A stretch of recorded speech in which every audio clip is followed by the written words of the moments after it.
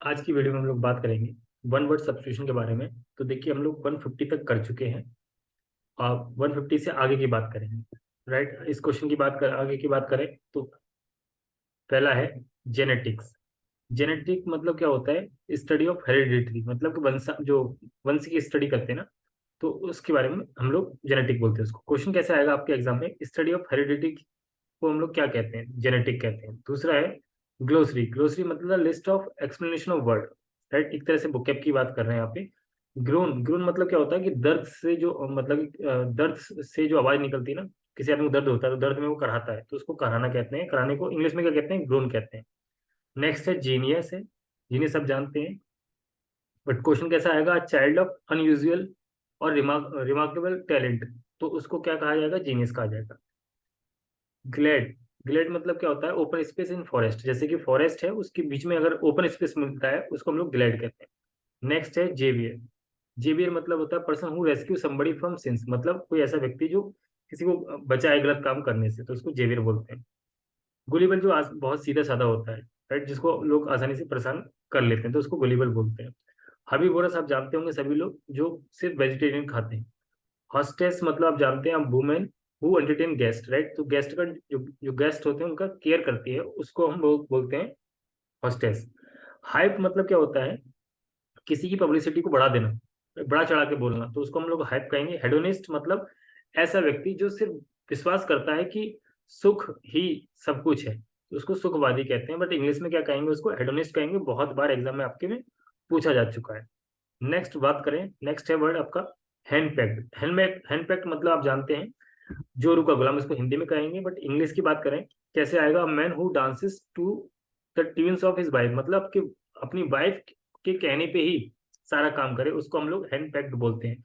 Honorary मतलब होता है office for which no salary is paid, मतलब ऐसा एक दफ्तर जहाँ पे सैलरी नहीं मिलती है। ठीक है, हॉनररी की अगर मैं बात करूँ तो जितने भी क्रिकेटर होते हैं, जैसे सचिन है, तो इनको पोस्ट दे दी जाती है। जैसे सचिन को एयरफोर्स में पोस्ट मिली है, राइट, तो उस पोस्ट के लिए सचिन तेंदुलकर को कोई सैलरी नहीं मिलती है, बट वो क्या है? पोस्ट दी गई है, हॉनरेरी, राइट, तो उसको इस तरीके से बोलते हैं।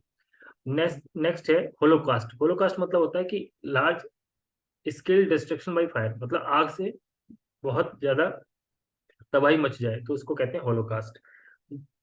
हीथ, हीथ मतलब होता है बंजर जमीन, राइट, और फ्लैट वेस्ट लैंड। हिम मतलब भजन होते हैं। देखिए काफी इंपोर्टेंट वर्ड है। नेक्स्ट 167, इसको मार्क कर लें आप। ये है हर्माफ्रोडाइट। हर्माफ्रोडाइट मतलब क्या होता है? एक ऐसा क्रिएचर जिसके पास मेल और फीमेल दोनों के ऑर्गन होते हैं, उसको कहते हैं हर्माफ्रोडाइट, राइट। बहुत बार एग्जाम में पूछा जा चुका है, राइट, प्री में नहीं, मेंस में तो कई बार ज्यादा पूछा जा चुका है। नेक्स्ट है हरंगे। हरंगे मतलब होता है लाउड टॉक और स्पीच, मतलब स्पीच के लिए मेनली यूज किया जाता है। नेक्स्ट है हेरम। हेरम मतलब क्या होता है? Place where women dwelled ancient time, right, जनान, जनान खाना जिसको बोलते हैं। नेक्स्ट 170 है होडा। होडा मतलब हाथी की पीठ की सवारी को होडा कहा जाता है। हाइजीनिस्ट मतलब अ पर्सन जो कि बहुत ही ज्यादा हेल्थ को लेकर रहता है, जो सफाई को ज्यादा प्रेफरेंस देता है, उसको हाइजीनिस्ट बोलते हैं। अब इग्निशन मतलब होता है ज्वलन, जैसे कि मैं बात करूं कि इग्निशन जो आग से रिलेटेड होता है उसको इग्निशन बोलते हैं। जैसे कि इग्निशन पॉइंट होता है, राइट, किसी मेटल का, नॉन मेटल का, मेटल का ही मेनली, राइट, तो आप कह सकते हैं उसका मतलब इग्निशन होता है। नेक्स्ट है इनोवेटर, जो कि नई चीज को डेवलप करता है। इरिटेबल, जो बहुत जल्दी गुस्सा हो जाता है। नेक्स्ट है इनवल्नरेबल, राइट, देखिए वल्नरेबल मतलब क्या होता है? जो बहुत जल्दी अटैक हो जाए। और इन लगा दिए तो अपोजिट हो गया।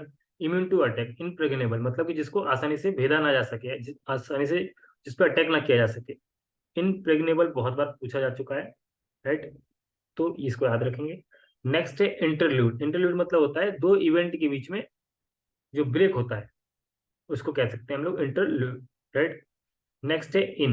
इन मतलब जानते हैं, जैसे कि a place which provides both law board and lodging, right, आपने सुना होगा होटल, होटल में जाते हैं तो आप आपने देखा होगा इन लिखा रहता है उसके। नेक्स्ट है इनकम्प्रिहेंसिबल, जिसको समझा ना जा सके जल्दी से। इनवॉइस, राइट, बिल जो होता है। इनोक्वस, इनोक्वस मतलब कि not injurious to physical mental health, जो हानिकारक नहीं है, उसी को इनोक्वस बोलते हैं। नेक्स्ट है इंस्टिगेट। इंस्टिगेट मतलब होता है किसी को उत्साहन, उकसाना, मतलब कि हाँ, इस तरीके से to urge a man to do some evil, मतलब गलत काम करने के लिए किसी को बोले कि इस तरीके से उसको मोटिवेट कर दिया जाए कि ताकि वो गलत काम करे, तो उसको हम लोग बोलते हैं इंस्टिगेट करना। इन्फेंट्री मतलब एक ऐसा सेना जो कि पैदल चलती है, राइट। अब देखिए ये वर्ड है इंटर इंटरमेंट। इंटरमेंट मतलब होता है डिटेनिंग एंड कन्फाइनिंग समवन, मतलब किसी को नजरबंद कर देना, काफी इंपॉर्टेंट है आजकल द हिंदू में बहुत न्यूज में रहता है ये वर्ड, राइट। क्योंकि ये वर्ड सबसे ज्यादा न्यूज में कब आया था, जब 370 को हम लोगों ने यहाँ पे सरकार ने क्या किया था, खत्म किया था। तो उसमें कई ऐसे लीडर थे जिनको नजरबंद कर दिया था, जिनको इंटरमेंट कर दिया गया था, राइट। तो इस तरीके से इनकारनेशन मतलब होता है अवतार, राइट। जैसे कि अ, जैसे बोला जाता है कि राम जी अवतार है किसी के, तो उसको हम बोल सकते हैं इनकारनेशन। नेक्स्ट है इनब्रोग्लियो, राइट। ये है क्या होता है, अ कंफ्यूज्ड स्टेट, मतलब कि स्टेटमेंट जिसको बोल सकते हैं। अब इसकी बात करें क्या है, अ कंफ्यूज्ड और कॉम्प्लिकेटेड एम्बेरसिंग सिचुएशन, राइट, जिसको बोलेंगे इम्ब्रोग्लियो। तो ये हो जाएगा आपका वर्ड। नेक्स्ट मैं बात करूं इनहेरिटेंस। इनहेरिटेंस मतलब property handed down after the death of person, right. जैसे कि पिता से संपत्ति मिल जाती है पुत्र को, तो उसको इनहेरिटेंस बोलते हैं, जो कि हम लोग को हमारे पूर्वज ने दी गई है इसको, राइट। नेक्स्ट है iconoclast, right, a person who breaks the establishment of tradition and image, right, जो रीति रिवाज तोड़ के काम करता है उसको iconoclast बोला जाता है। नेक्स्ट है inaugural speech, right, the lecture of function of introduction, right, जो सबसे पहले जैसे कोई कार्यक्रम होता है उसमें जो पहला स्पीच दिया जाता है उसको बोला जाता है। नेक्स्ट है इनक्रेडुलस, नॉट डिस्पोज्ड और विलिंग टू बिलीव, राइट, ऐसी चीज जिसमें भरोसा ना किया जा सके। इनक्रेडिबल, बियॉन्ड द बिलीव और अंडरस्टैंडिंग, मतलब जैसे कि आपने सुना होगा इनक्रेडिबल इंडिया, ऐसा इंडिया हो चुका है जिस पर भरोसा नहीं किया जा सकता। ये हमारे टूरिज्म की टैगलाइन है। नेक्स्ट है इनंडेशन। इनंडेशन मतलब होता है बाढ़। नेक्स्ट है invocation, a prayer asking God help as a part of religious service, right. तो ये आपको याद रखना है, इन्वोकेशन प्रार्थना के कॉन्टेक्स्ट में यूज किया जाता है। Next involution. इन्वोल्यूशन मतलब कि अगर होता है कि किसी चीज का साइज को कम कर देना, right, reduction the size of organ, act of sharing in the activities, right, काम को बांटने में। मतलब किसी चीज को, जैसे कि बहुत बड़ा, आपने कहानी सुनी होगी बहुत बड़ा, जैसे कि लकड़ी थी, राइट, ये वाली कहानी सुनी होगी। अगर एक सबको अलग अलग बोला जाए कि एक एक करके उठाओ तो नहीं उठा पाएंगे, और साथ में मिलकर उठाएंगे तो उठा लेते हैं, ये कहानी आपने जरूर सुनी होगी। तो उसी को है कि reduce in the size of organ, the act of sharing the activities, right. और हिंदी में समझेंगे तो आसानी समझ में आएगा, काम को बांटना इनवॉल्यूशन कहलाता है। नेक्स्ट है इनमोर्टल। इनमोर्टल मतलब अमर, जो आदमी कभी मरता नहीं, राइट। इम्प्योरिटी की बात करें, इम्प्योरिटी आप जानते हैं without the risk of punishment. Next है इनफेलिबल, जो गलती ना करना, राइट, उसको बोलते हैं इनफेलिबल। नेक्स्ट है इस्थमस। इस्थमस मतलब क्या होता है, देखिए relatively narrow strip of land connecting two large areas, right. तो उसको जैसे कि यहाँ पे ये लैंड है, यहाँ पे ये भी लैंड है, राइट, और इसको एक छोटा सा एक लैंड, राइट, बाकी जगह पानी पानी है हर जगह, तो छोटी सी जो ये लैंड जिसको कनेक्ट कर रही है उसको बोलते हैं इस्थमस। नेक्स्ट है इंटेलिजिबल। टेंजिबल क्या होता है, इनकेपेबल ऑफ बीइंग टच और सीन, राइट, जिसको हम टच नहीं कर सकते और सीन नहीं कर सकते, जस्ट फील कर सकते हैं, जैसे कि फीलिंग की बात करें। इनविटेबल मतलब होता है बहुत ही महत्वपूर्ण, इंपॉर्टेंट, राइट।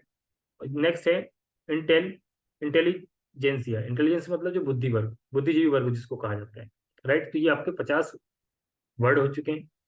अब देखिए आपको करना क्या है, इनको जस्ट एक बार रिवाइज करना है, बार बार इसको देखते रहेंगे तो इस तरीके से आपको याद रहेगा। अगर आप सोच रहे हैं कि इसको एक साथ याद कर लें तो थोड़ा सा वो मुश्किल रहता है, तो एक दो बार इसको आप देखेंगे तो अपने आप ही आपको ये याद हो जाएंगे।